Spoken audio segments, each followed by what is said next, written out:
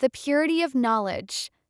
Understanding these profound truths about God's supremacy and our constitutional position is not a matter of intellectual conjecture or personal opinion. It requires access to pure, unadulterated knowledge transmitted through an authorized channel, lest we fall into the same traps as Satan. Divine teaching through disciplic succession. How does one come to understand this profound truth? My father would ask rhetorically during our talks. How do we, as finite beings with limited senses, comprehend the infinite, especially when faced with so many conflicting ideas and interpretations in books, online forums, or even spiritual retreats? He would then point again to the verse we began with.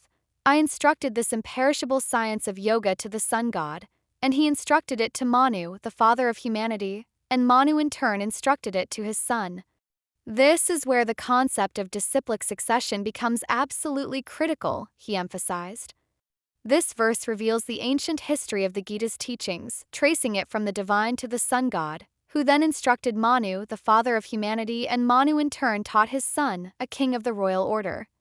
This imperishable science was especially meant for the royal order, for saintly kings, because they were entrusted with protecting their citizens from material bondage by imparting spiritual knowledge, much like ethical leaders today who guide societies toward higher values.